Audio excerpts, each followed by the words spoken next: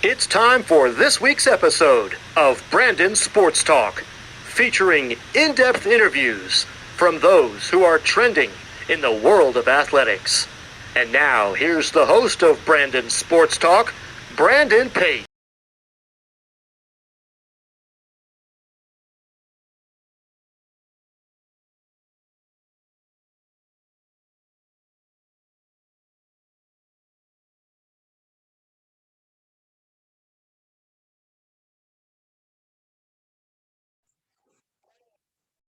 Welcome back to Brandon Sports Talk. In today's episode, I have the privilege to interview the Canadian national professional softball player, Larissa Franklin. How are you doing today?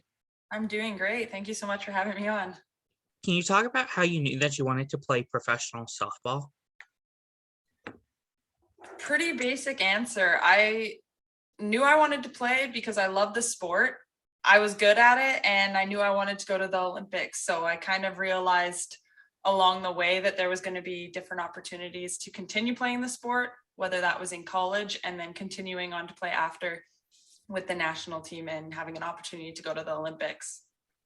What was your college experience like?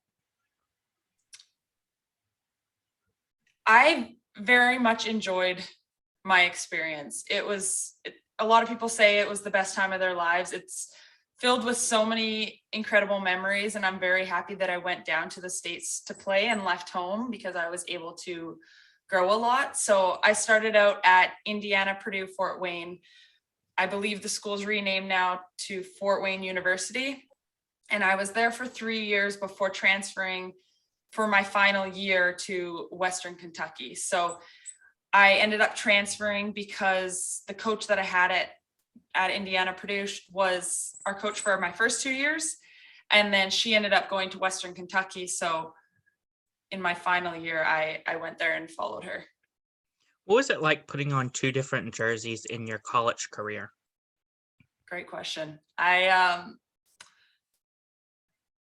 feel like both schools I had a different connection to. At IPFW, it was more of this feeling of I'm going to grow so much. How can I learn? Where can I go from year 1 to year 4? And then when I got to Western Kentucky, it was kind of like all right, game on. Like, I'm here to win. I'm here to take these 3 letters, WKU, and get them a championship, and let's get to work type of mentality. What were some of your college accomplishments? Ooh, to be honest, I couldn't rattle them off. I know there's some stolen base one. I couldn't rattle off my individual accomplishments, but what I think is really cool is my team. We won 2 championships, one at Western Kentucky and one at Indiana, Purdue Fort Wayne. But in the other 2 years, we were the runner-up. So out of all 4 years of my college career, we were either runner-up or we won the championship, which I think is really cool and shows the consistency of the teams that I got to play on. Of course, during both of your teams, did you ever go to the College World Series? I did not. And playing at a mid-major school, that wasn't necessarily our goal. And, there's always those conversations of whether that should be the goal. And I believe that, yes, you are capable of going there, but we were trying to go places that we had never been. And at my first school, the team had never been to the NCAA tournament. So for us to get there was making history. And then at Western Kentucky, we were trying to go to regionals because the team had never been to regionals. And we came up just a game short, but we were trying to go where the team had never gone. And it was kind of a step-by-step process. So we didn't get to the World Series, but our goal was a lot smaller than that, but more focused. What was it like coming out of college and getting the opportunity to represent Team Canada? Representing Team Canada was a dream since I was 8 years old. I had watched Team Canada play. I wanted to put on the maple leaf, and to be able to represent my country was an honor then and continues to be one of the greatest honors. Like, there is nothing that fills me with more pride than putting on the jersey and even coming home after so many different travels to Canada and to all of the proud Canadians. And it really is a lot of fun traveling around the world as a Canadian being able to walk through different countries and tell people like I am from Canada, and seeing people light up with excitement to meet a Canadian and sharing how much they enjoy Canadians. Like I take a lot of pride in that. So to put on the uniform to me has always been such an honor. What was it like being a part of the junior team in 2011? Yeah, so in the junior team in 2011, it's a little bit of a blur to me because it was so much new stuff. And I remember going into the junior national team tryout so incredibly nervous. Like I have never been so nervous to play the sport of softball than I was in that moment, because I knew that I wanted to play for Team Canada. I wanted to wear the maple leaf so bad. And I thought about softball. I was dreaming about softball when I was waking up out of my dreams in the middle of the night. I was waking up thinking about softball. And so to be able to make that team was the first step to my excitement for playing for the national team. And I came on the team a little bit later than some of the other girls. Some of the girls had been playing together in previous tournaments. So I felt like I had so much to learn. I felt like I was steps behind them. And yeah, to be honest, it was pretty intimidating because I was playing with some of the best Canadians of my age group, as well as playing against some of the best girls in the world. So at the end of the day, I was like, I'm just going to rely on my speed. I knew that my speed was my strength. And I was like, I'm just going to run really fast. I'm going to try to be a sponge and take everything I can and everything in that I can, and just enjoy the world championships in the process. What was it like, obviously, going from the junior team to the senior team in 2015? Even though I had made the junior national team, and even though I had the opportunity to put the maple leaf on, I still felt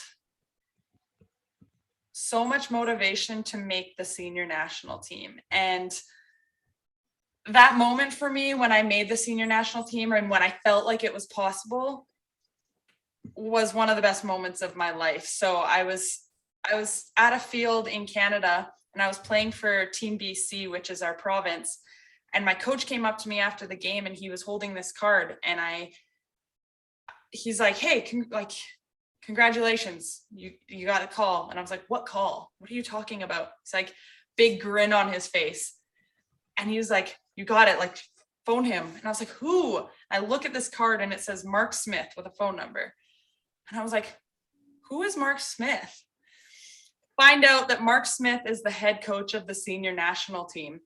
And I take my bag and I sprinted out of the park to my mom and grandma, who were waiting in the truck for me. And I instantly cried happy tears. And at the time I was like, what is happening? I had never cried happy tears in my life. And it was that moment that I felt like this dream I had since the age of 8 or younger was finally possible and was finally coming true. That's so amazing. What was it like being a part of the Canada International Cup? Yeah, the Canada Cup, it's about 40 minutes outside of my hometown in White Rock, British Columbia, or South Surrey, I guess it's considered. And I grew up watching that tournament, and then I got to play in it in my travel ball days. And so every single year I got to watch Team Canada play, and I got to think about being on that field. And it's funny because Jen Salling, who is now one of my teammates, I remember the smallest details. And I remember at one point when it was between innings or a new pitcher was coming in, I saw Jen crouching in almost a catcher stance right on top of second base. And I was like, wow, she looks so cool. And it was like the smallest little moment. It had nothing to do with softball, but I just wanted to be out there doing what she was doing. And so to be able to dream of playing in that tournament, and then finally to have the opportunity to play in it and have my family so close to home, it really is one of the most fun tournaments for me. What was it like for you to go to Purdue, Peru, and play in the Pan American? Yeah, so the Pan American Games in 2019, to be honest, the best way I can describe it is I was just trying to keep my head above water. I was not in a good mental headspace that whole season. It was a struggle every single day. It was constantly just trying to get in the right headspace to be able to perform at my best. I in a nutshell, I was burnt out. And so heading into that tournament, I was trying to be present. I was trying to enjoy every single day. I would go into the athlete lounge in the Canada House. So that's where athletes can hang out. There's beanbag chairs, there's TVs, you can watch other athletes compete. And I really tried to reel in on those types of experiences that just gave me energy at a time when softball wasn't doing it for me. And it was a struggle to be enjoying what I was doing. So I tried to enjoy other things outside of the game so that when I got to the field, I was in a better headspace to perform at my best. But Peru in general, being able to see that country, even though it was from the bus, was very eye-opening. What was it like to obviously go to Toronto in 2015? Yeah, the Pan American Games in 2015 on home soil, that was an incredible experience. And up until the Olympics and the Olympic bronze medal, that was my all-time favorite memory. Being able to play in front of a Canadian crowd and being able to win gold was just such a memorable experience. Like, the fans in Toronto were absolutely crazy. We would, before our final game, we were warming up on a backfield and people were peering over the stadium, looking at the back of it, watching us warm up, and they were cheering. And then we walked around the diamond and we started walking towards the dugout and people started cheering. And then we went out to play hacky sack and people started cheering. So they were cheering for everything. And it was such an incredible experience. I remember right before that game, our head coach, Mark Smith, whose name I now knew, Mark Smith, he said to our group, he was like, look up there. And we all peered into the stands and he was like, they're looking for something to cheer for. Give it to them. And that line has stuck out to me from that moment. I was like, yes, I want to give it to them. Like, yes, we have worked so hard to win a gold medal, but man, if we can make these fans stand up and cheer, how incredible would that be? And we did that. And like I said, it was such an incredible experience. Of course, what was it like going to the Olympics for the first time on home soil? Yeah, so playing in the Olympics, it's what you dream of, right? It's what you prepare for. And I have to commend our team for our preparation leading up to the Olympics. Like, our preparation started 5 years ago, trying to figure out how we could make our culture the strongest it could be, how we could make our bodies the strongest they could be, and how we could make our minds the strongest they could be. So I could not be more proud of the work that our team put in. And in a nutshell, that preparation allowed us to truly enjoy the experience of being at the Olympics together. And that pressure that comes with playing on the Olympic stage and all of those different variables that could impact your performance, they weren't necessarily an issue for us because we had put in all of that preparation. So I felt like I was able to enjoy the experience and I was able to stop and look around and actually take in the experience a little bit more just because of that preparation. But regardless of the fact that there were no fans there, and regardless of it being a pandemic Olympics, it was a very good experience. What was the feeling like of obviously whenever you got to wear the Team Canada jersey and have the Olympic rings on your shoulder? I do remember very much getting our Olympic jerseys and seeing these two logos together. So seeing this is the Canadian Olympic Committee logo, and then this is the Olympic logo. So seeing those two logos together on clothes that I got to hold and owned, it was like, when am I ever going to have these two patches on an article of clothing again? Like, again, that felt like such an honor to even get to hold one of these pieces of apparel, let alone get to wear it. And the Olympic rings, like, our team got to the Olympics and I swear every single day someone was like, Olympic rings, Olympic rings, Olympic rings. Like, we were just like constantly looking for them because they just invoked so many different emotions for us. And It was something that the majority of us had strived to be surrounded by. There were 4 girls that had already been to the Olympics, but the majority of us we were waiting for that moment. Of course, being the first time you went to the Olympics, what was it like whenever you got to the Olympic Village and you got to soak in all of what the Olympics hold? Yeah. So again, that moment of driving into the village, I was like trying to spot everything that was different versus trying to spot things that were different from any other day driving down the streets in Tokyo. And I was like face plastered against the window, spotting Tokyo 2020, Olympic rings, the different colors that they had around town. And as we drove into the village, we put our bags through security, and then we hopped on another bus, and we were driving on this bus to our building. And I don't know if you've seen it on TV, but I know growing up watching the Olympics with the broadcasting, they'll show the Olympic Village and they'll show the flags hanging from all of the buildings. And it's those little things that I saw growing up that I was like excited to see. And so driving through the village, I just like looked up at all of these buildings and I saw all of the different flags. And I was like, wow, this is the thing I saw on TV that I've been striving for my whole life. And the village is like an experience like no other. It's its own little, village. And the dining hall, you walk into it and you see people of all different shapes, sizes, and it's almost a game trying to pick out what sport they play. And some are easier than others. We laugh because softball isn't one of those sports where you can look at someone and say that they're a softball player, because there are so many different bodies and body types. So we thought that was pretty cool that our sport is so inclusive to different body types. Of course, what was it like bringing home the bronze medal? Yeah, I say this loosely, but it's just a bronze medal.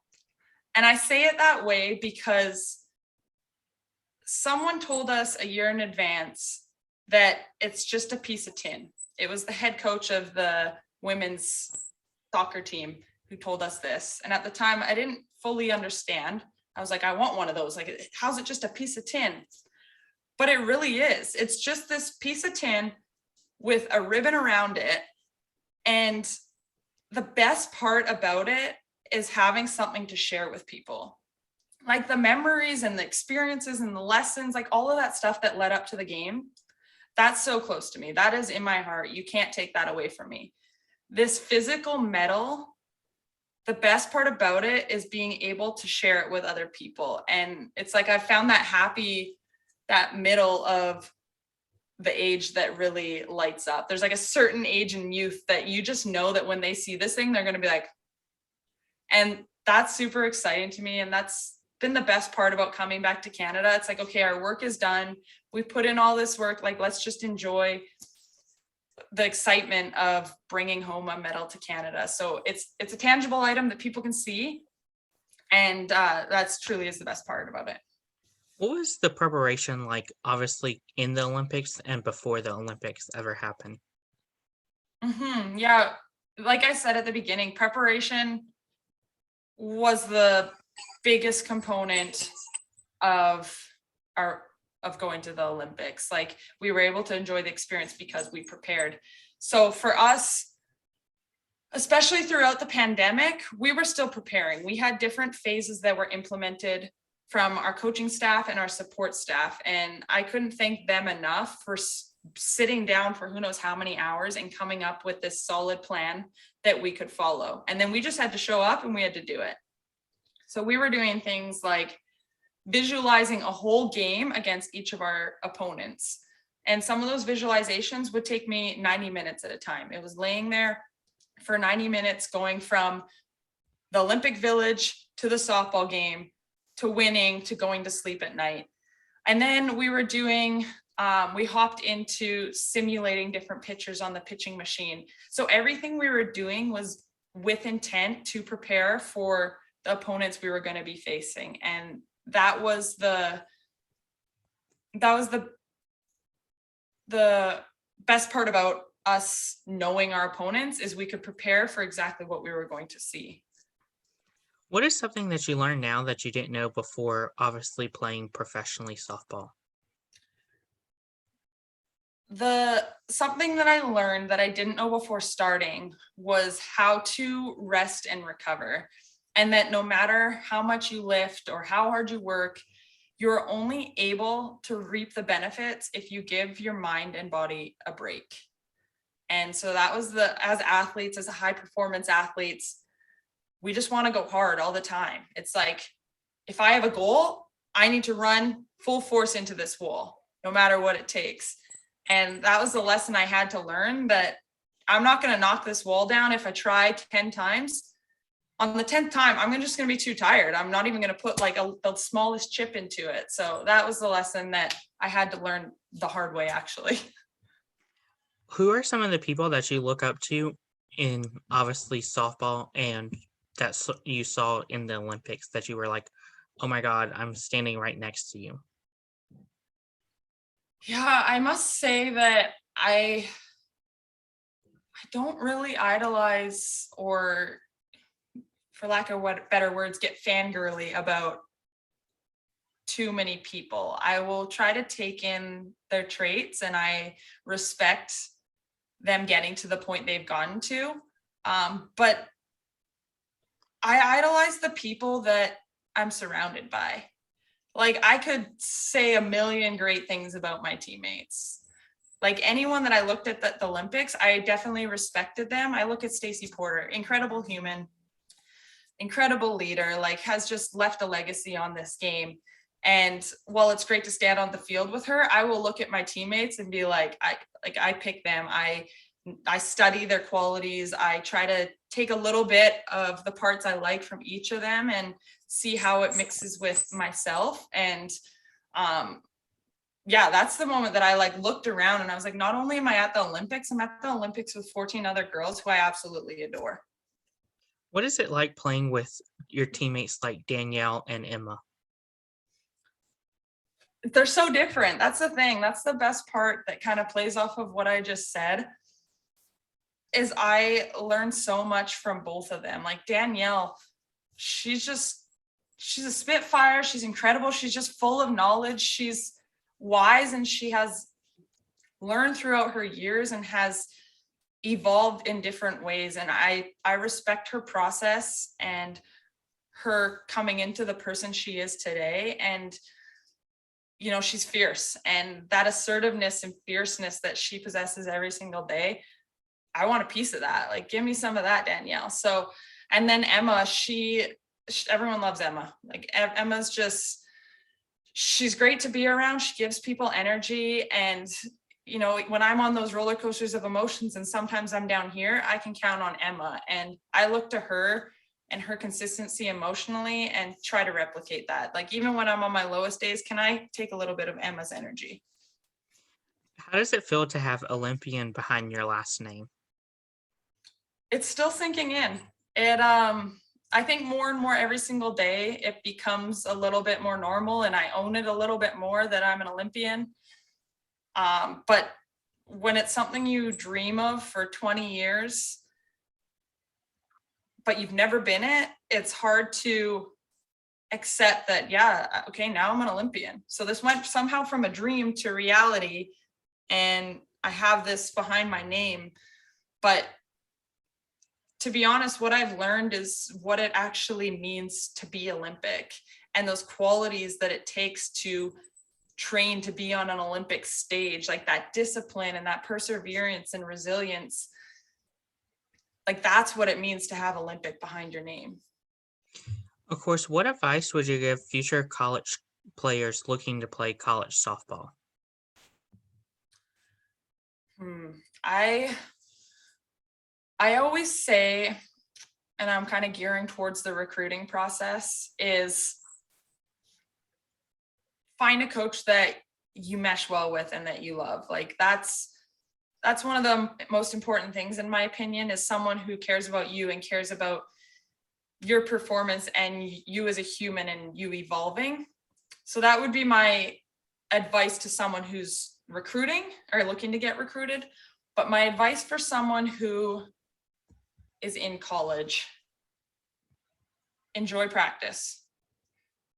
Like the most successful players enjoy practice. They don't just show up for the game and expect to perform well. Like they enjoy showing up all week and putting in time for a 3-hour practice, and they enjoy that process. And because they enjoy that, they have the outcomes that they're looking for in the games. What are some of your future plans in your professional softball career? Yeah, I mean, if you would have asked me that probably a month or 2 months ago, I would have growled at you almost, because I really didn't know. But with some reflection and working through some stuff, I am excited to continue playing softball. There was a moment of, what does this mean now? I've gone to the Olympics. I've done everything I've dreamt of. Where does that take me now? But I've reflected, and I've been able to decide that I want to continue playing on the national team, but with a little bit of a different why. So we're not working anymore to go to the Olympics. And so I'm looking forward to being a part of this program, sharing our culture with the girls that are up and coming, and really mentoring them and seeing, to be honest, just seeing their excitement to wear the maple leaf.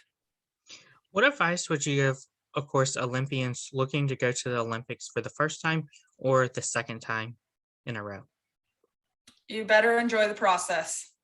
Enjoy the process as much as you can, the good, the bad, the ugly, because if you do that, you will enjoy the reward. Being able to step on the field at the Olympics and just enjoy myself, knowing that I enjoyed everything else along the way, that mental headspace, it carries on as you go. So if you don't enjoy what you're doing along the way, if it's all just hard and you don't want to do it, then the reward at the end, it's never going to be what you expect. That's great advice. Where can my listeners find you at on social media? Yeah, I'm probably the most active on Instagram. So my Instagram is Larissa Franklin 26. And then my Facebook page is the same. And then Twitter only allows so many characters, so I had to make it Larissa Frank 26. I feel like this is the problem we all have. It's like, that username is taken. Oh, great. And then LinkedIn is kind of where I've been living a little bit more now, really trying to push out a little bit more of that business side. And to be honest, I don't know how LinkedIn works. I don't think I have a username, but yeah, that's my new spot. My name's Larissa Franklin. Find me on there. Thank you again, Larissa Franklin, for your interview, and best of luck in your future with Team National Canada. Thanks, Brandon. I appreciate this. It was awesome. You can find Brandon Sports Talk on Facebook at Brandon Sports Talk, Instagram at Brandon Sports Talk, Twitter at Talk_Brandon, and you can find me on YouTube at Brandon Sports Talk. Don't forget to like, comment, and subscribe. Thank you again, Larissa Franklin, for your interview, and best of luck in your future. Thanks. You've been watching Brandon Sports Talk. Please feel free to like, share, and subscribe to Brandon Sports Talk on social media and on YouTube.